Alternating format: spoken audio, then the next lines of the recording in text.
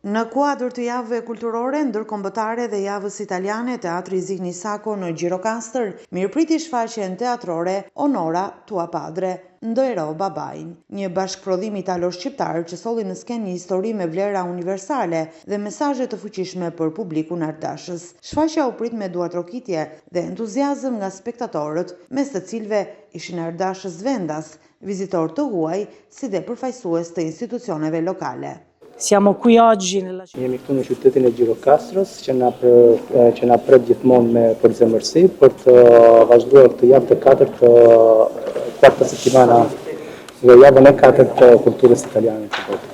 Sollëm sot një shfaqje teatrale që është një performim e një bashkëpunim italo-shqiptar.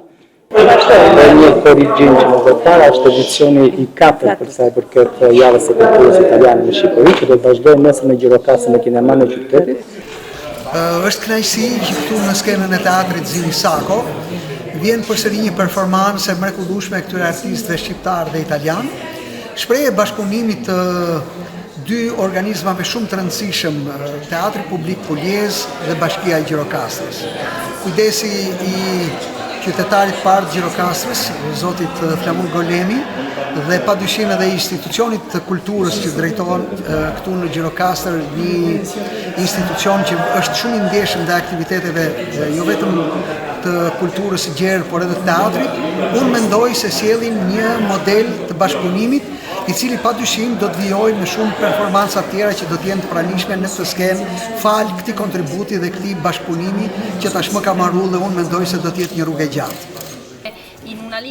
Ishte një eksperiencë e mrekullueshme sepse më vleti për të vendosur në pa dhe aftësitë mia aktoriale duke luajtur në dy gjuhë të ndryshme.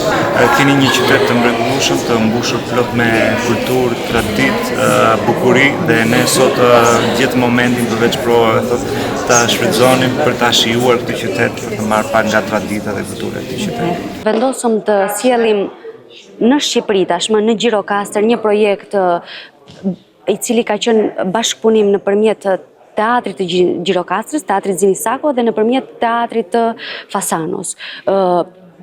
Ishte mendoj momenti më i mirë për të ardhur në Gjirokastër në këto ditë që është pushtuar gjithë Gjirokastra nga kultura italiane dhe mendoj që ky bashkëpunim është mënyra më e mirë edhe shembulli më i mirë për të thënë se sa të rëndësishme janë bashkëpunimet institucionale mes brenda vendit, por në këtë rast me që flasim për jashtë vendit.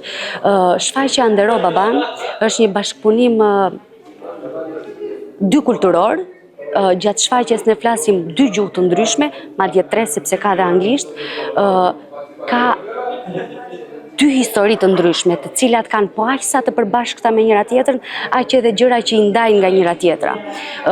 Është në qendër të shfaqjes historia e Burneshës, një figurë tipike shqiptare, të gjithë ne e njohim shumë mirë se çfarë është, dhe nga ana tjetër, nga ana e kulturës italiane qëndron historia e Franca Violës, femra e parë italiane e cila refuzoi martesat e detyruara. Ndërsa në fjalën e tij përshëndetse kryetari i Bashkisë së Gjirokastrës, Flamur Golemi, theksoi rëndësinë e bashkëpunimeve kulturore mes vendeve dhe ndikimin pozitiv të turizmit në qytet. Ai bëri me dije se gjatë vitit të kaluar Gjirokastra është vizituar nga rreth 120.000 turistë italian, ndërsa këtë vit pritet që ky numër të jetë edhe më i lartë, duke reflektuar interesin në rritje për trashëgiminë historike dhe kulturore të qytetit.